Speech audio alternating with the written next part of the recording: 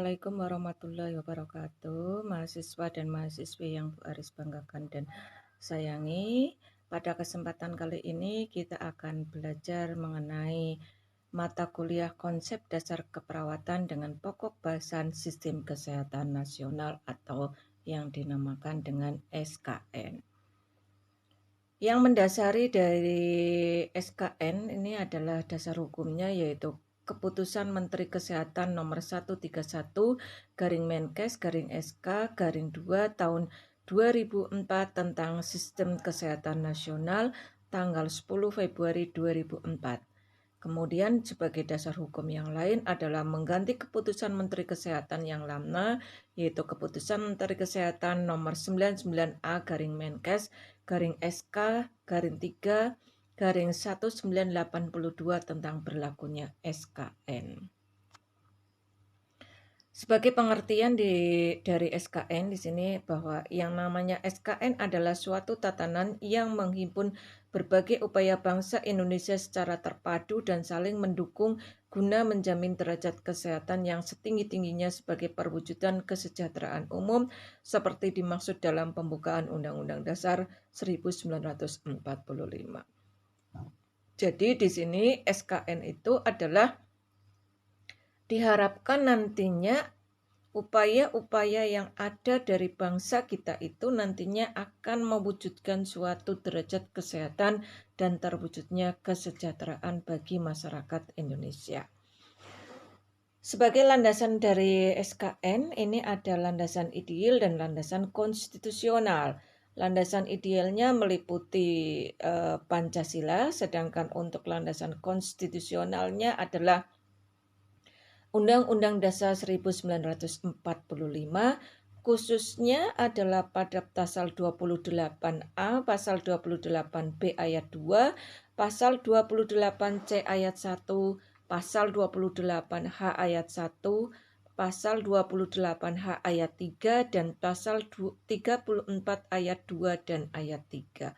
Inilah sebagai dasar konstitusional daripada SKN yang ada di negara kita. Adapun prinsip dasar dari SKN ini meliputi norma, nilai, dan aturan pokok yang bersumber dari falsafah dan budaya bangsa sebagai acuan fikir dan tindakannya, di mana meliputi 11 prinsip dari SKN yaitu pri kemanusiaan, pemberdayaan dan kemandirian, adil dan merata, pengutamaan dan manfaat, kemudian hak asasi manusia, sinergisme dan kemitraan yang dinamis, komitmen dan tata pemerintahan yang baik, dukungan regulasi, antisipatif dan proaktif, responsif gender, dan kearifan lokal. Sebagai tujuan daripada SKN di sini adalah terselenggaranya pembangunan kesehatan oleh semua potensi bangsa, baik masyarakat, swasta maupun pemerintah secara sinergis, berhasil guna dan berdaya guna sehingga tercapai derajat kesehatan yang setinggi-tingginya. Nah, di sini untuk kedudukan SKN itu adalah berada di dalam sistem penyelenggaraan negara yang ada di negara kita. Jadi SKN ini adalah merupakan bagian di dalam sistem penyelenggaraan negara, di mana sistem penyelenggaraan negara ini terdiri dari berbagai sistem, di antaranya ada Hankamnas, kemudian sistem pendidikan nasional, sistem kesehatan nasional, sistem perekonomian nasional, dan lain sebagainya. Nah, untuk SKN sendiri ini adalah merupakan bagian dari sistem penyelenggaraan negara, di mana nantinya SKN ini juga terdiri dari subsistem-subsistem yang ada, sehingga dari subsistem yang ada inilah nantinya akan menjadikan subsistem juga bagi kesehatan di daerah atau SKD.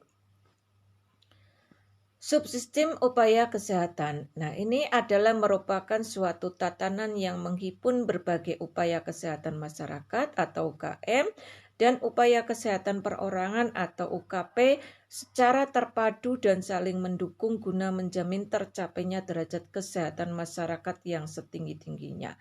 Jadi subsistem upaya kesehatan ini ada UKM dan ada UKP, di mana keduanya ini itu tidak bisa berdiri secara sendiri-sendiri, tetapi keduanya saling terpadu dan saling mendukung antara satu dengan yang lainnya untuk mencapai derajat kesehatan. Subsistem upaya kesehatan ini ada meliputi upaya kesehatan masyarakat dan upaya kesehatan perorangan. Untuk upaya kesehatan masyarakat ini meliputi kegiatan meningkatkan kesehatan di masyarakat, promosi kesehatan, pemberantasan penyakit menular dan kesehatan jiwa serta penyehatan lingkungan.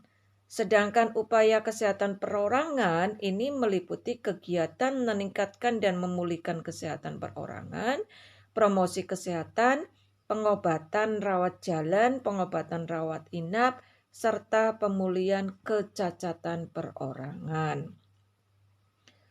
Untuk subsistem pembiayaan kesehatan ini meliputi tatanan yang menghimpun berbagai upaya penggalian, pengalokasian, dan juga pembelanjaan sumber daya keuangan secara terpadu dan saling mendukung guna menjamin tercapainya derajat kesehatan masyarakat yang setinggi-tingginya. Jadi dalam subsistem pembiayaan kesehatan di sini nantinya bagaimana caranya pemerintah itu menggali dana, mengalokasikan serta membelanjakan anggaran yang sudah ditetapkan di dalam keuangan negara supaya nantinya dana itu bisa digunakan oleh masyarakat untuk mencapai derajat kesehatannya. Subsistem pembiayaan kesehatan ini meliputi 3 unsur utama. Penggalian dana. Nah, penggalian dana ini terdiri dari asuransi, pajak, dan bantuan luar negeri.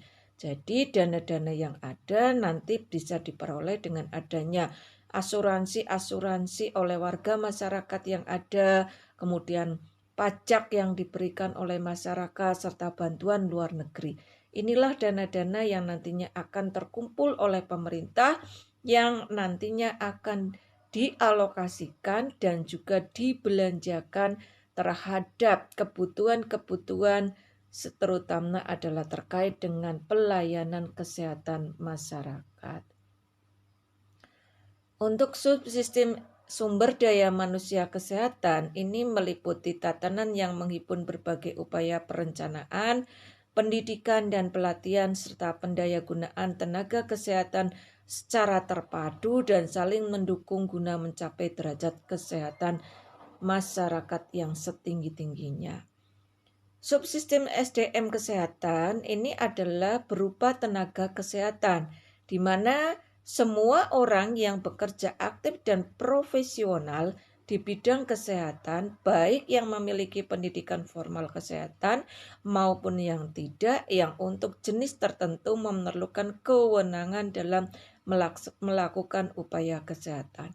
Sebagai contoh, untuk yang memiliki tenaga pendidikan formal untuk nakesnya adalah ada dokter, perawat, kemudian ada apoteker, radiologi, gizi, dan lain sebagainya. Sedangkan yang tidak memiliki pendidikan formal, di sini diantaranya adalah ada cleaning service, kemudian ada nantinya tenaga administrasi, cleaning service, kemudian ada tenaga untuk perkebunan ya, atau juru kebun dan lain sebagainya. Ini yang tenaga non formal yang digunakan di dalam kesehatan. Untuk subsistem SDM kesehatan, unsur utamanya di sini adalah bagaimana tentang perencanaan tenaga kesehatan. Jadi nantinya direncanakan berapa sih kebutuhan untuk dokter, perawat, apoteker, kemudian gizi, dan lain sebagainya. Terus juga pendidikan dan pelatihan tenaga kesehatan. Di sini untuk subsistem SDM kesehatan diharapkan nanti tenaga kesehatan juga melakukan pendidikan berkelanjutan dan juga selalu melakukan pelatihan-pelatihan di dalam tenaga kesehatan, supaya nantinya kualitas daripada sumber daya manusianya tenaga kesehatan ini bisa dijamin kualitasnya. Dan juga pendaya gunaan tenaga kesehatan. Nah, dalam pendaya guna tenaga kesehatan diharapkan nantinya bisa dipergunakan di seluruh lapisan masyarakat Indonesia, baik di perkotaan, daerah, ataupun sekalipun ini adalah di daerah terpencil atau desa terpencil. Untuk subsistem obat atau perbekalan kesehatan ini adalah merupakan tatanan yang menghimpun berbagai upaya yang menjamin ketersediaan, pemerataan, serta mutu obat dan perbekalan kesehatan secara terpadu dan saling mendukung dalam rangka mencapai derajat kesehatan yang setinggi-tingginya. Nah, di sini diharapkan nantinya obat-obat yang diberikan kepada pasien atau masyarakat yang membutuhkan akan terjamin ketersediaannya atau pengadaannya dan juga dari mutu obat yang ada. Karena dengan ketersediaan, pemerataan, dan mutu obat yang ada inilah nantinya akan bisa mencukupi kebutuhan masyarakat yang membutuhkan pengobatan sehingga harapannya derajat kesehatan akan meningkat bagi bangsa Indonesia. Untuk subsistem pemberdayaan masyarakat, di sini adalah merupakan tatanan yang menghimpun berbagai upaya perorangan, kelompok, dan masyarakat umum di bidang kesehatan secara terpadu dan saling mendukung guna mencapai derajat kesehatan masyarakat yang setinggi-tingginya. Sebagai unsur utamanya di sini adalah ada unsur pemberdayaan perorangan, di mana sebagai contoh di sini sebagai pemberdayaan perorangan adalah dalam hal PHBS untuk individu. Ya, contohnya sekarang ini ya, PHBS untuk individu di zaman pandemi COVID-19 adalah cuci tangan pakai sabun. Nah, dengan adanya cuci tangan pakai sabun bagi setiap individu yang ada di negara Indonesia atau bahkan di dunia, maka akan menjadikan pemberdayaan perorangan untuk meningkatkan derajat kesehatan. Pemberdayaan kelompok dan masyarakat umum ini meliputi kelompok di masyarakat termasuk adalah swasta. Sebagai contoh adalah kelompok di masyarakat terkait dengan kelompok-kelompok di bidang keagamaan, misalkan untuk agama Islam, ada kelompok untuk Aisyah, untuk kelompok Nahdlatul Ulama, ada kelompok untuk yang swasta, misalkan adalah kelompok peduli kesehatan, kelompok peduli balita, kelompok peduli lansia, dan lain sebagainya yang dikelola oleh swasta. Kemudian yang selanjutnya adalah subsistem manajemen kesehatan. Di dalam subsistem manajemen kesehatan, ini adalah merupakan tatanan yang menghimpun berbagai upaya administrasi kesehatan yang ditopang oleh pengelolaan data, kemudian informasi, pengembangan dan penerapan iptek, serta pengaturan hukum kesehatan secara terpadu dan saling mendukung guna menjamin tercapainya derajat kesehatan yang setinggi-tingginya. Nah, dengan adanya subsistem manajemen kesehatan inilah diupayakan dalam hal unsur utama terkait dengan administrasi kesehatan, informasi kesehatan, iptek kesehatan, hukum kesehatan, ini bisa memadai dan kualitasnya juga semakin meningkat, sehingga dengan manajemen kesehatan yang baik dari mulai administrasinya, informasi kesehatannya, ipteknya, serta jaminan hukumnya, diharapkan nantinya masyarakat akan merasa aman dan nyaman serta terlindungi dengan baik tentang jaminan kesehatannya. Untuk selanjutnya di dalam penyelenggaraan SKN ini ada pelakunya. Nah, siapa saja sih yang menjadi pelaku di dalam penyelenggaraan SKN? Nah, yang menjadi pelaku dalam penyelenggaraan SKN meliputi masyarakat. Masyarakat ini bisa tokoh masyarakat, kemudian LSM, media, organisasi profesi, akademis, ataupun masyarakat umum. Yang kedua adalah pelakunya pemerintah sendiri. Pemerintah di sini ada pemerintah pusat atau pemerintah provinsi, kabupaten, kota, atau mungkin juga pemerintahan desa. Terus pelaku yang ketiga adalah badan legislatif. Badan legislatif ataupun DPRD, DPR RI ini adalah merupakan penyelenggara di dalam sistem kesehatan nasional, baik itu di pusat ataupun di daerah. Sedangkan yang keempat pelakunya adalah badan yudikatif.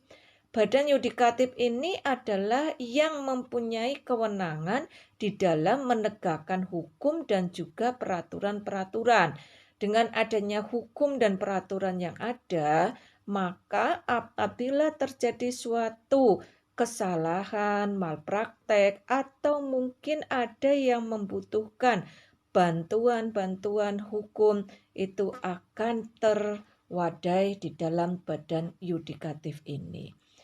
Itulah yang mungkin bisa Bu Aris sampaikan mengenai konsep SKN pada pembelajaran mata kuliah konsep dasar keperawatan pada kesempatan kali ini. Mudah-mudahan apa yang Bu Aris sampaikan secara daring akan menjadikan ilmu yang bermanfaat bagi mahasiswa, dan semoga kita semuanya selalu diberikan kesehatan, terhindar dari COVID-19, dan mudah-mudahan mahasiswa dan mahasiswi walaupun dengan proses pembelajaran daring akan menghantarkan kepada suatu kesuksesan. Demikianlah dari Bu Aris. Terima kasih atas perhatiannya dan mohon maaf kalau mungkin ada yang kurang berkenan atau kekeliruannya. Dan mudah-mudahan apa yang diberikan oleh Bu Aris menjadikan ilmu yang bermanfaat. Demikianlah, terima kasih. Billahi taufiq wal hidayah. Assalamualaikum warahmatullahi wabarakatuh.